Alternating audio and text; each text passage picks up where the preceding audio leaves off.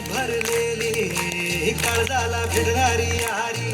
हे लढायचं नाही आता भिडायचं नाही, आडवा आला त्याला सोडायचं नाही. आम्ही